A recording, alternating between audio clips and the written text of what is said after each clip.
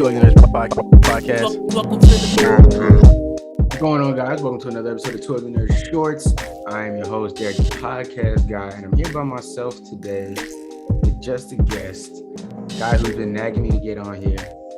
He's been every other video where I want to be. Tell me talk. All right, fine. Now you get a whole section that's just about you.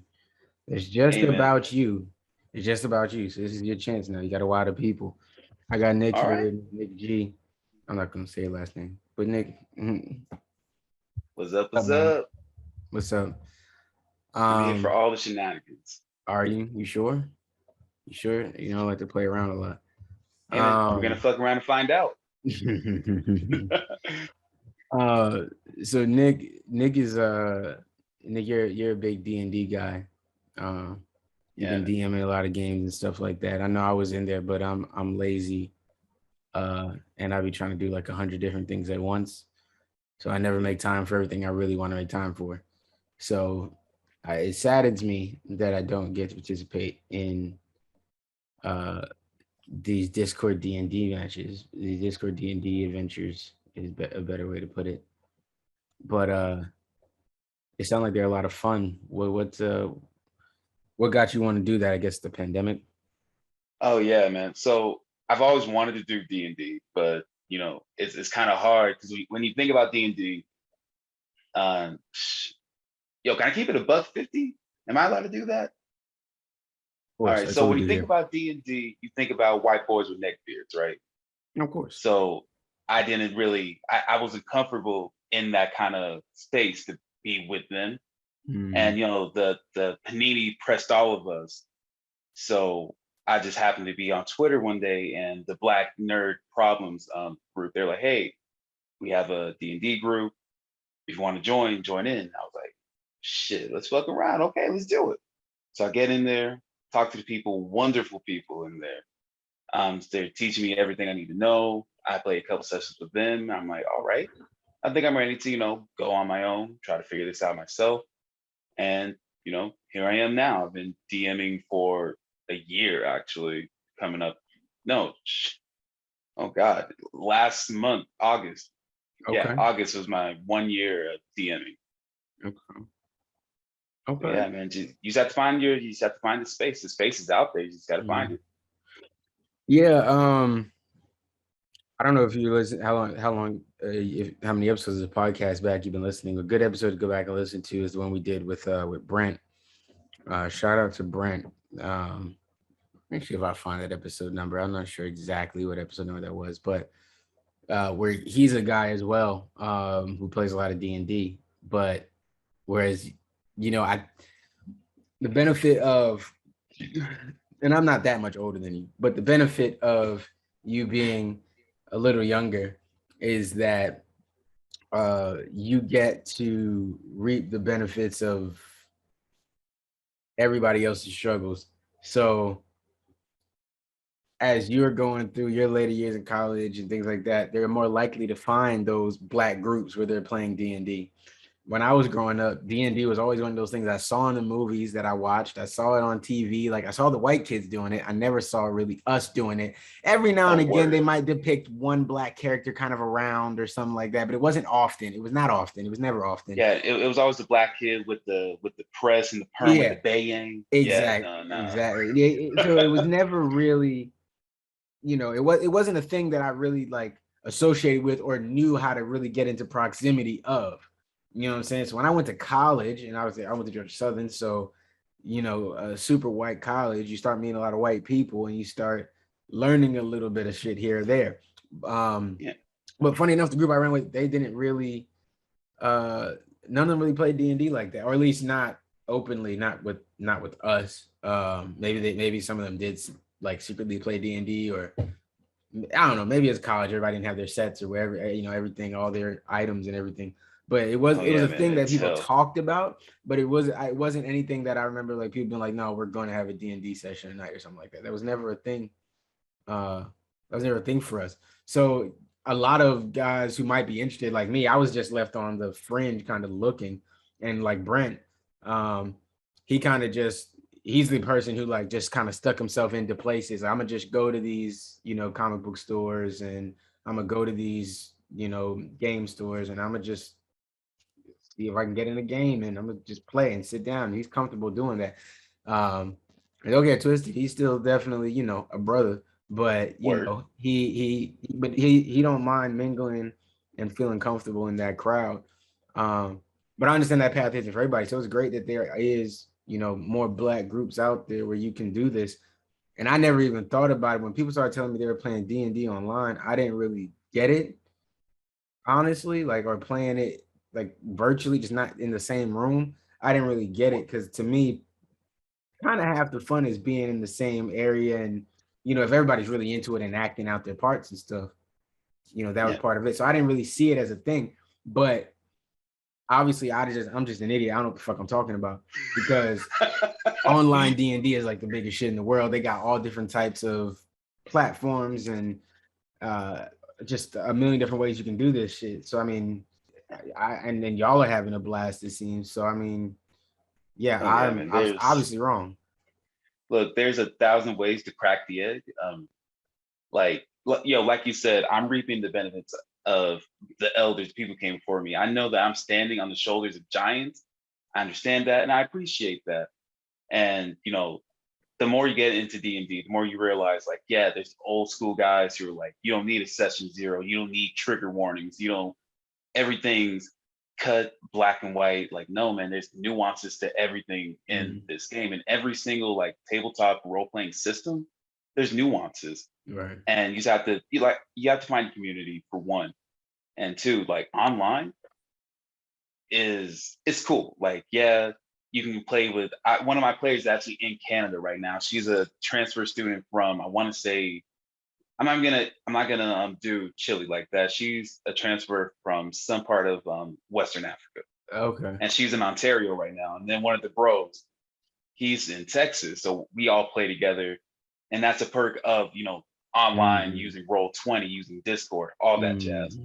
But I'm excited. Like, once this like Pantene Pro V is done, I'm excited to actually play with actual people face to face, just to see like what's going on. Like, I want to look at the fear in their eyes when I drop a bronze dragon on a level 1 party. Because I mean, it's different. It hits different. Right. But definitely online has been great, and I kind of wish I could have went back to college when I had the free time. Now that we're grown and we got to do work and taxes and all that, adulting's fucking hard. But back in college, it would have been great. Like, I had all this free time. I was in my room just playing 2K with people. I could have been doing D&D. Yeah. But we're here now, and that's all that matters. Yeah. And that's part of the grind, man. You got to just I think we all think that. I think that to myself all the time. If I could have just sat my ass down through college in front of a microphone and been talking, who knows where I'd be now. But that ain't our journey. We were supposed to do different things first, and then so now you double back and see how it goes for yourself. All you can do is put the time in now. You know what I mean? It's a lot of sleepless nights. It's a lot of it's definitely a lot of tough little times, but if you really want it bad enough, you definitely get it. And I think for you, I guess the question is, well, two things. One, do you prefer oh man, I don't know where they are. I think I have a surprise for you. I'm gonna show you in a second. All right. Okay, first thing, do you prefer to DM or do you prefer to actually be role playing? And secondly, do you think that you're really gonna do you see yourself hopping into the lane of these kind of D&D podcasts? Even if it's not exactly a podcast per se, or in that like storytelling type of format, but just like maybe where you're recording these sessions, putting them on YouTube as well to be watchable, letting people live stream, maybe letting a live stream audience affect some of the decisions as they go, things like that. Are you interested in joining that lane? So there you go. There's your two questions. All right, man. So this folder, book binder, is my Bible. It has my first. I'm on my second campaign, my second homebrew. It has session campaign one, every single session, every note, all that jazz. If I lose this, I'm shit out of luck. But to answer the question of DM versus player, the thing about the DM is you're role playing either way. Like That's true. every person that they meet is me. Every enemy they fight is me. But playing wise is it's a different experience, man. It really is. My group, we have a thing where if I feel like taking a break, someone else wants to DM because they have an idea for something. Right. You know, I'm like, hey guys, who wants to DM this week? I can. Someone else wants to. It's all you. They're like, yeah, I got this week. Young Isaac, one of my chapter bros, one of my neos. He actually, that dude is a monster. He's a menace to society. He is the epitome of Black Force energy, of Black Air Force energy all day. And he's like, hey, I want to DM. And the dude knows his stuff. He's dedicated. He's one of my favorite players. So whenever he DMs, I know, okay, I need to actually bring my A game. I can't just sleep on shit, make a character last minute and give it to him. Right. So there's work on both sides, but I honestly don't know where I want to be. Like I could be a player, I could be a DM. I'm happy either way. I just like to be there because D&D at its core is just is group storytelling, and I like the story. But as far as like, so we do stream every Sunday, 7 p.m. Eastern Standard Time. Roughly CPT because we're all Black.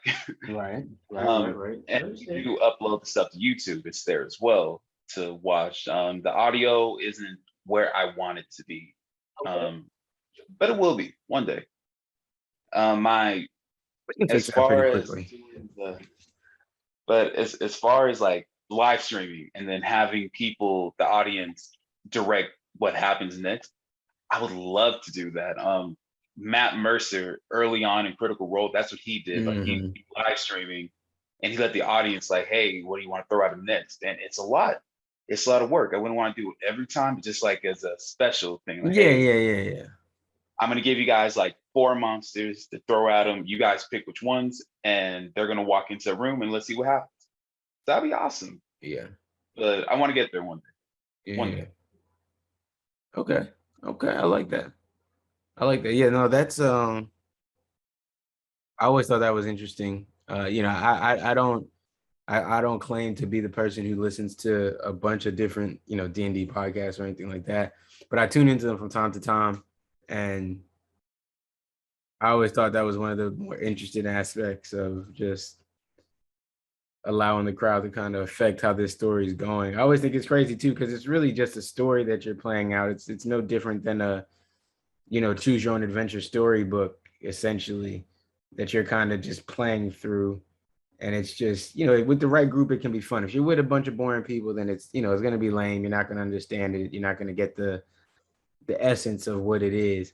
But if you're with the right group of people that can really kind of bring out that energy in you and get you really invested in whatever your character is, and, you know, make you feel important and all that kind of stuff, I feel like, yeah, you get invested really quick. I like D&D. I see. I'm a D&D player though that needs to play a lot of one-offs. I need to just play a one-off. Sit me down for 3 hours, tell me a story. I'll play through it, and then I go home. I'm not coming back next week to continue the voyage. None of that Lord of the Rings bullshit. I'm not doing that. That's fair. 3-hour story, in and out. I need to be. Get me to the end, even if I die at the end. Just get me to the end. And hey, we move. That's fair. Actually, with my party, you know, we're all adults. We're all working. And sometimes, you know, everybody can't be there. If it's so right now we're in my campaign called New Vernatu. It's a Afro punk. It's an Afro punk setting. You know, steampunk but Black. You know, that's all that is. Yeah. And right now they essentially just killed a bunch of zombies in a parallel dimension, and now they're coming back and they realize, oh shit, it's 60 years later and we're fugitives. What the fuck are we gonna do? And if at least, and I give the rule, because right now I have 5 players, and I give the rule if at least 3 people can't be here for the session and we still want to play, we'll do a one shot. Last one shot I did, I told him make a level 15 character, make them bad guys because I got murder hobos in my group, and I have Chili who is forever the moral compass of the group. Like everybody's like, let's go fuck him up. She's like, or we can talk, we can figure this out like people, and then we can fuck them up if they want to find out. Everybody else is like, nah, I want to shoot somebody. Fuck it. Right. So I'm like, all right, let's be bad guys. Let's, get this angry energy out that apparently you guys have all the time. Let's make you bad guys. And just having them figure out how to, and I gave them the bare minimum about the heroes. Like, hey, the hero, he's cocky, he has psychic powers, boom. And they essentially ripped his house in half and just threw him into the ocean, electrocuted the ocean. And I was like, what the fuck? But yeah, like one shots are fun. One shots are definitely fun, and they're easy to come up with too. Because essentially, if you play a campaign right, in my opinion, every session is its own one shot that have little things that connect to each session. So yeah, man. I mean, look, we gotta look. We're both grown. We'll set a date for like 2 months from now. It'll be fine. We'll be prepared. It'll be great.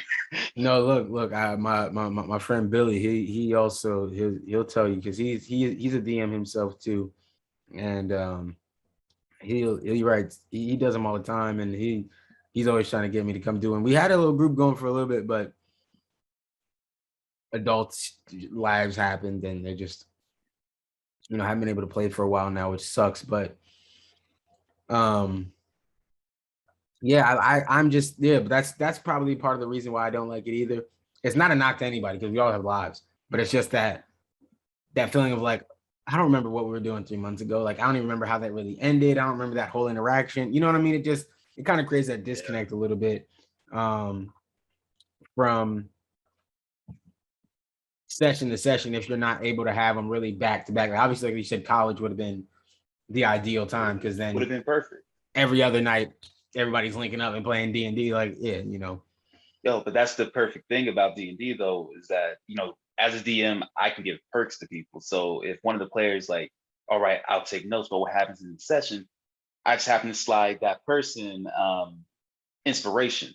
So when they roll for shit, like, oh, here's my perk, let me roll again.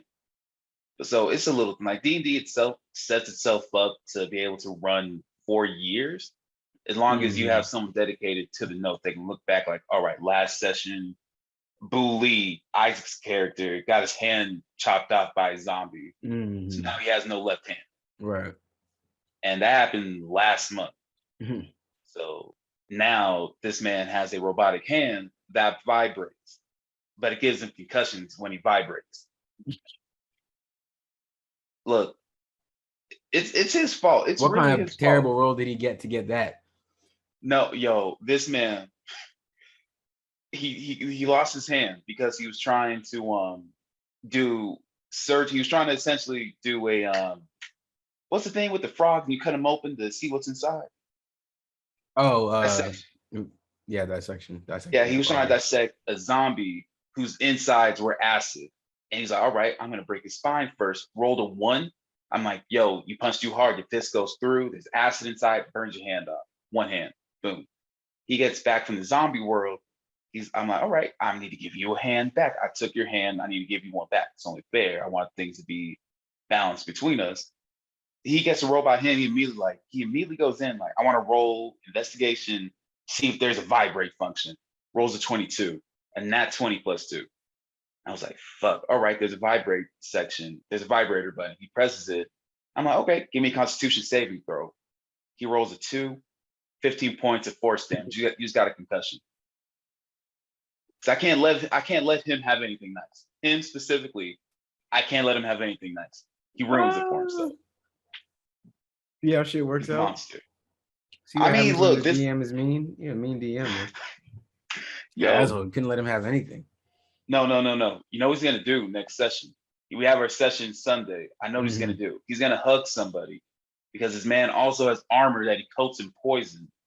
And then he's gonna press the vibrate button on his hand. He's gonna give himself a concussion and the person he's holding a concussion on top of poison damage. I already know it. I've learned the way he plays. Why He plays not? for destruction. Just chaos. Chaos every day. Yeah. One time Hey. I called him and I was like, hey, and we were talking. He was like, hey, I'm really sorry. I'm like, for what? What's wrong? What did you do? He's like, I'm always derailing your sessions. I'm like, no, no, no, no, no. You don't derail them. I take you into account when I write things. Like, one of Consider the you DM beforehand. senpais I had, yo, every day. Like in the Black Nerd Problems Discord, one of this dude's been playing for like 20 years, and he's like the best thing that he learned was to not have a set plan for each session. Like have plot points you want to hit, but that's it. Yeah. Like if I'm like, hey, I need you to go find this thing, and you're walking down the road and there's two paths, both paths will lead to that thing I want you to do, but I'm giving you the illusion of choice. And whether you want to just go straight down the middle of that forked path, it'll still lead to where I want you to go. I'm just giving you the open, choice of how you get there. Right. But knowing Isaac, he'll probably try to hump something and figure it out later. I don't know. That man's a menace. Right. Yeah, man. Okay. I was looking for my dice. I don't know where they are, but obviously I have wolf dice. They're black and sky blue. Word? Yeah, they're really fucking dope. I have really good D&D dice. Like, can you see my dice? You're gonna be like, nah, you don't play D&D enough to own these dice, but I do. Shout out to Billy. Yo. But I do. Yeah. Where do you really get dope. them? I don't know. You gotta ask him. I don't ask white people what they do. They just You're right. just do stuff and you say thank you sometimes. You're right. Or Don't hey, ask stop questions. that. One or the other. No, but seriously, no. Shout out to Billy though. He gave this for me. He gave this to me a while back, a couple years back.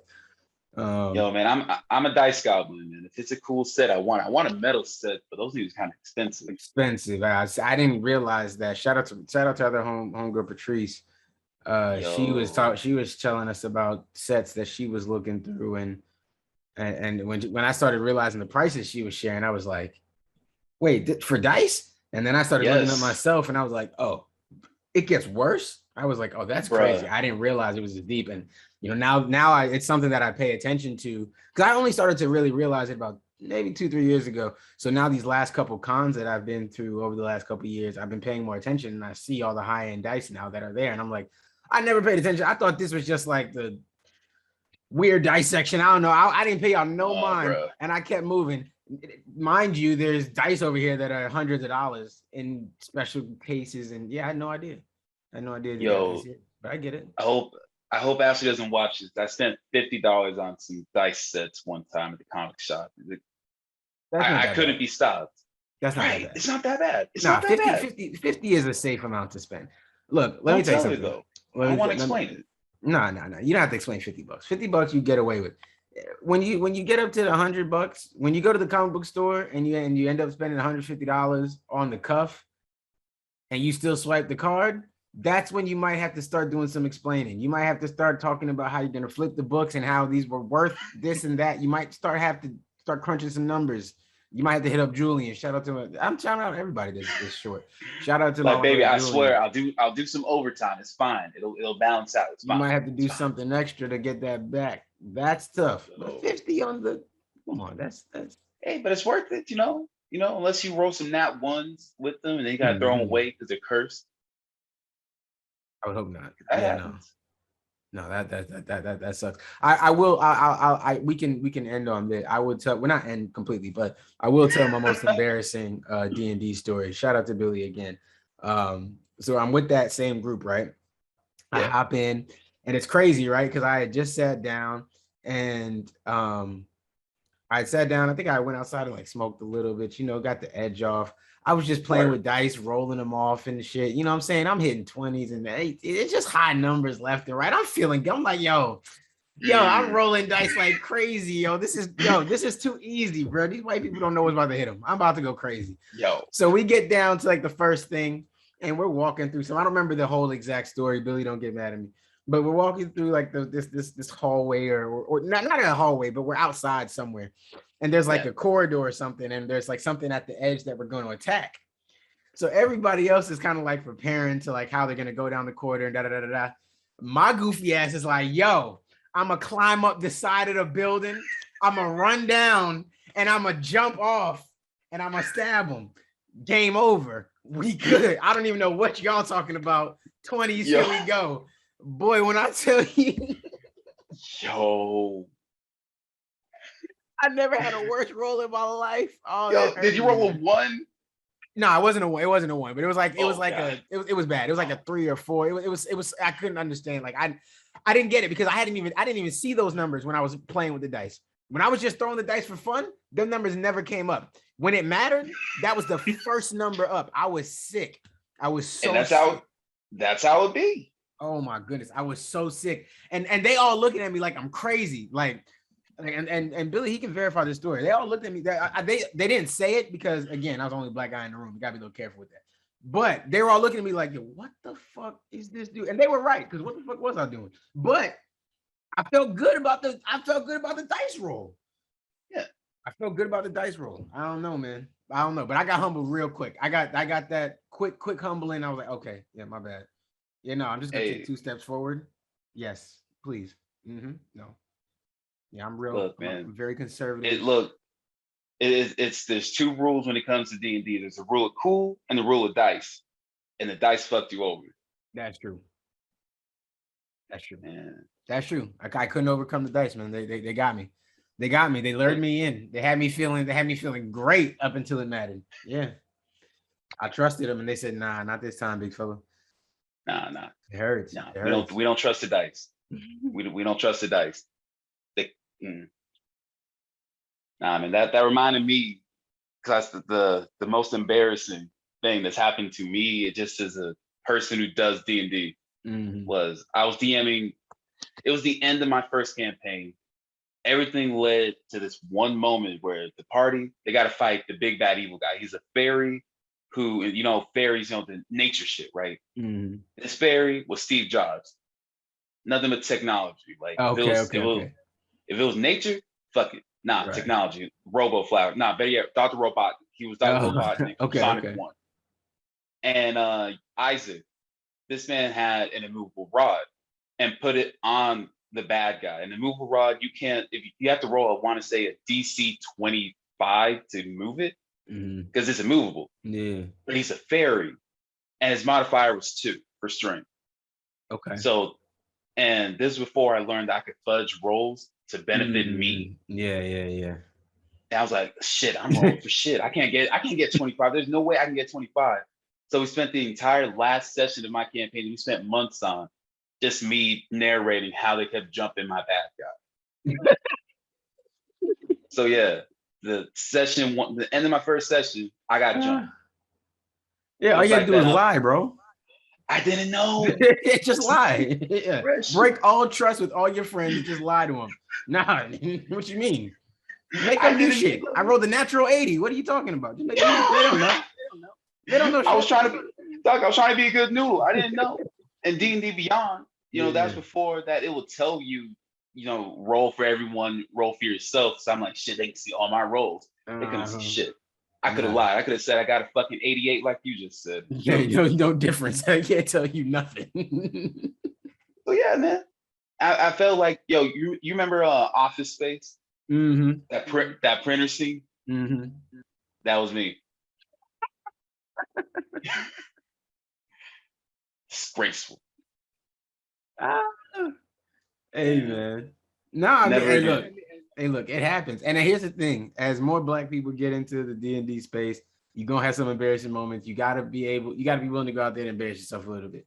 You're gonna have an embarrassing acting moment. You're gonna have this embarrassing role. You're gonna be too confident going into a role. But that's what makes it fun, man. That's what makes it fun. Like, sometimes it's gonna work, sometimes it's not. Hey, look, man, all those lows make the highs even better. Facts. Every time. You're gonna feel great when you finally hit that 20 when it matters. After hitting 10 ones in a row or something, you're gonna feel like the man if they don't kick you out the game before you get to that 10.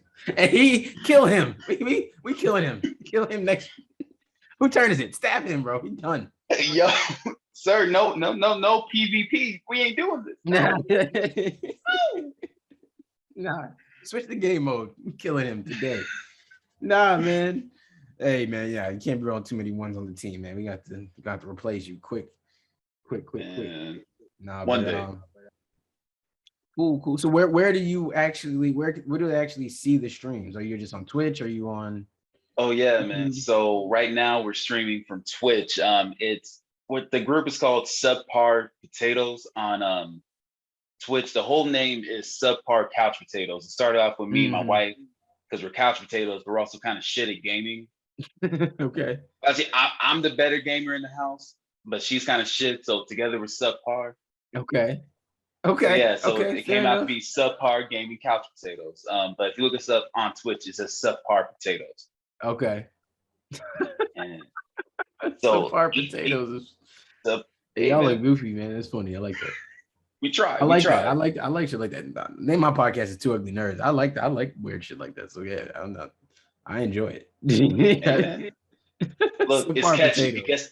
Yeah, It because who gets the else has people that? going. You're not mistakenly finding subpar potatoes. You wouldn't looking for that. I like that name.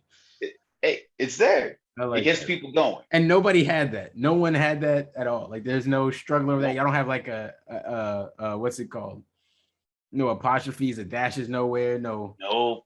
So originally we were That's going to wild. be the Subpar Gamers, but somebody took that. So we were like, all right, Subpar Gaming Couch Potatoes. Boom. Yeah, I like it. SGCP. It sounds like an alternative rock band from 2004. And I like alternative rock bands from 2004. So I like it. You right. I mean, as long as it's not but ska from 04. it makes sense. Look, dude, y'all are black dudes who are playing D&D. The name of your group is gonna sound like an alternative rock band from 2004. That's what it should sound like. It's all right. I'm fucking with it. I like it. Yeah. Yeah, I like it. I enjoy it. I approve. I enjoy the name. Yes.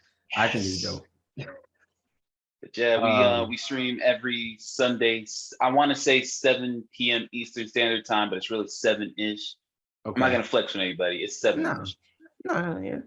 We get it. I think people, because how many people are playing at a time typically each session? Oh, 5. Yeah, so I think people got to just consider getting 5 people together on the same schedule to meet up at the same time. Even though you've got a set time of Sundays at 7, it's still 5 different people with 5 different lives. Anything could happen at any time. So just take that into consideration. But I'm sure 3 different time zones, 2 different countries, and there you go. Shit. Yeah. Yo, it's a lot. Yeah, there you go. Now you know why it's 7-ish. So bear with them. So you said the Twitch is Subpar Potatoes. What about like Instagram and Twitter? Those are Subpar Gaming. Yeah. So yeah. On Twitter, we're Subpar Gaming Couch Potatoes. Oh no, Twitter Insta yet. Twitter is Subpar Gaming Couch Potatoes, and that fit as an ad. Yep. Oh, I'm changing my ad to something completely foolish as soon as possible. I didn't know that all fit. Subpar Gaming Couch Potatoes. Let me double check. I don't want to be a liar. Are you sure that's the ad, or is that no? It's not the ad. That's probably what y'all put as the name that's on your profile, but the actual ad is it's Subpar Potatoes. There you go. Okay. Yo, I had your hopes up. I am so sorry. I was like, bro, that is insane. Like, how did you make that? I'm like, there's no way they just let that fit. Okay. Hey, you know what I did? I talked to Al Gore. He owns Twitter. I made it work. Yo, I said you got a deep connect if you got that they let you get that off. That's why you had me confused. Hey, okay. Cool. Okay. So Subpar Potatoes on Twitch say no Instagram Twitter. On Twitch and Twitter. Mm-hmm. Subpar Gaming Couch Potatoes is the full name of the collective. And I wonder, and I don't know how open you are to this, but how many new people do you guys bring into the Discord at any given time? Is that something that you guys do consistently? Are you open to maybe DMing for a couple other groups, from time to time? So as far as the Gaming Couch Potatoes, because of our schedule change, one of our staple players, who is my power player murder hobo. We can talk about power players some other day. He can only come like once a month. So Okay. we are looking for a new fit because having 5 players allows me to throw more at them versus 4 players. Yeah, for sure. But yo, I'm 100% open to DMing for whoever wants me. I'm open for birthdays, bar mitzvahs, bridal parties, all that jazz. I think it's dope, man, because I think, and it's no disrespect to guys like Billy. Billy is a great DM as well. If anybody's looking for a DM, you can hit him up too. But I do think it's really dope for guys like you and Brent, who are into, because I like D&D, but I'm very surface level liking D&D, right? I understand most of the jargon for the most part. I get how the game works, but I just don't necessarily always have the patience to sit down and play. But you guys, not only do you play, you enjoy it, you love it, you can express it in a way that's relatable and understandable. But y'all are Black, and there's not a lot of y'all in this space where you're confident DMing, where you can, so to make yourselves available to potentially other Black kids out there that are looking for that Black group that they can find, that they can come in. I think that's really dope. And I don't, and I don't, obviously it's, you have your work schedule and we're all adults, so we all understand there's time and things like that. But that's a dope thing that you could do just on the side, just start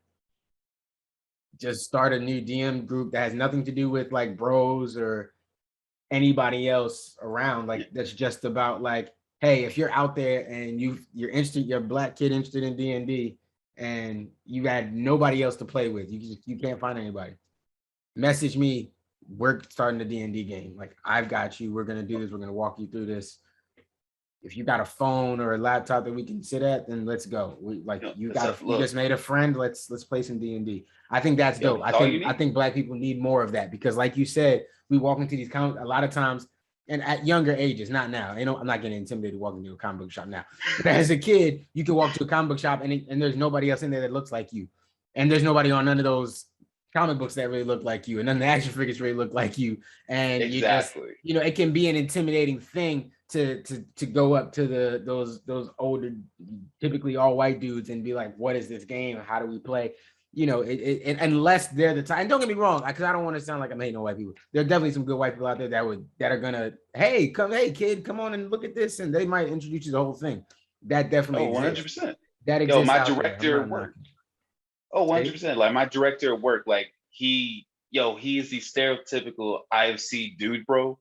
And he found out that DM, he was like, yo, give me all the deets. This man loves D&D. He's like 40 something. He's been playing for years. He's like, he just loves it. Like I talk to him every day. He knows every way I'm about to fuck up my party in the next 3 sessions. So like you just got to find community. Yeah. And you have to realize that the old guard who, were those neckbeard white boys who didn't want people to play if they weren't like them, they're dying out.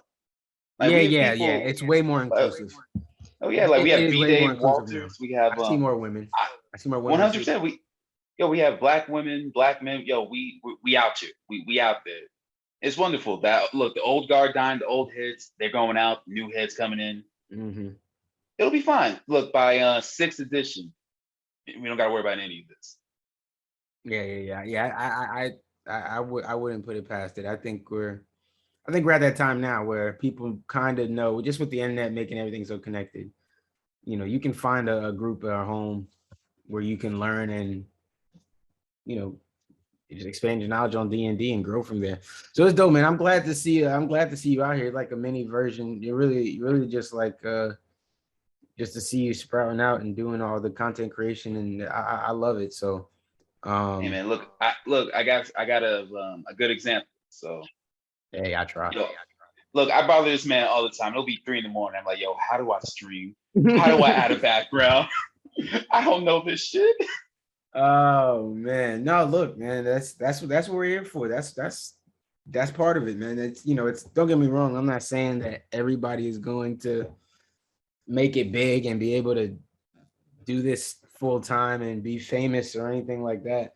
But it's a lot. If you really like what you're doing, it's a lot of fun, which is key to what you do, because you enjoy D&D. You're not doing it because you're hoping it's going to go viral one day. you're actually in having fun. And that's the best way to get the reactions you're looking for, to get the audience you're looking for, is being exactly how you're going to be all the time anyway, you know? So no, yeah, I'm proud of you. I'm happy to see this going. I definitely look forward to catching a couple streams so I can see what foolishness I know you putting them through. Yeah, did you want to shout out anybody else's Instagrams or nah? See, you ain't got them prepared. Now somebody gonna get mad if you leave them out. Oh shit. Well, I will say this: shout out to Chewy, shout out to Chili, shout out to Brinson and Isaac, and I guess my wife, who's my resident, who's my resident.